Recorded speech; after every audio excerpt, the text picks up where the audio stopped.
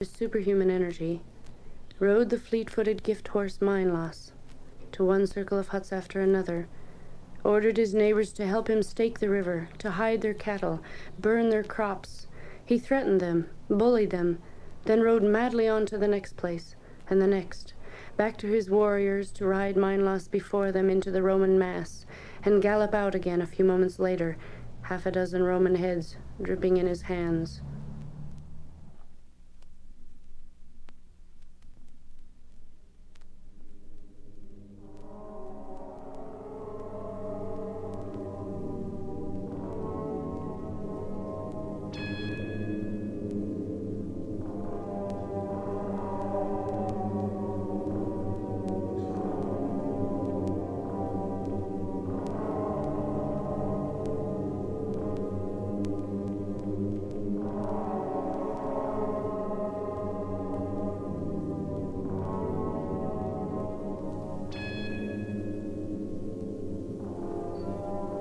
Then forward to the river to see how the staking was going on at the ford.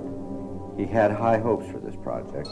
Heavy staves buried deep in rock in the depths of the ford, their bases encased in lead and thick as a man's thigh, still would be visible under the water 800 years later. The main part of his lands were on the other side of the great river.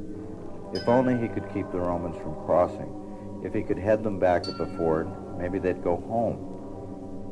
He gathered his warriors on the other side of the river, and thousands of new javelins were made. And when the Romans came to the ford, Caswallon would be ready. And the Romans came to the ford, and they started to cross, and Caswallon's men threw javelins, and what with the stakes impaling the Roman horses, and the javelins impaling the soldiers, the river ran blood and floated corpses. But somehow, many of them crossed.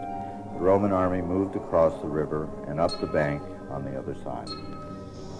The Caswalloni could bear no more of it. Blue-dyed men fled in all directions and made their separate ways back, slinking, hiding through marshes and hills, avoiding the Roman army and avoiding Caswallon too, back to their huts where they spoke of the godlike inexorable might of the Romans, and of Caswallon's raging threats and bullying, of how the Romans would sometimes actually buy the cattle they fed on with little round plates of gold or silver called coins that had pictures of them, whereas Caswallon only took what was his due.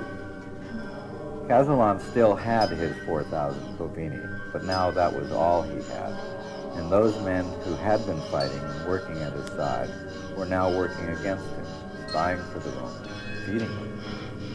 Some of the covini dashed into the troops and out again with heads. Others of the men were busy riding ahead to chase off cattle so that even if the Romans did offer people coins for them, they wouldn't be there to sell.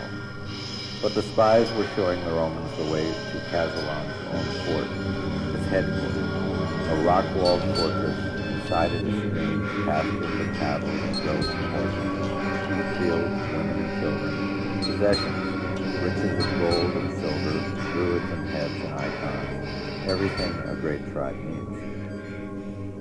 He sent ahead to fill the fortress with as many warriors as he could, but the masked and armored Romans won that battle too.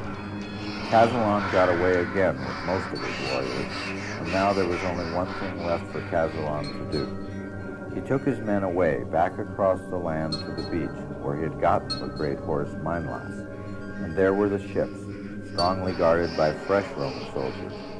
Caswallon attacked as he could, using the lightness and quickness of the covini and of the blue, savage nakedness of his men, dashing in, then fleeing, then dashing in again, to cut the Roman guard with quick slashes.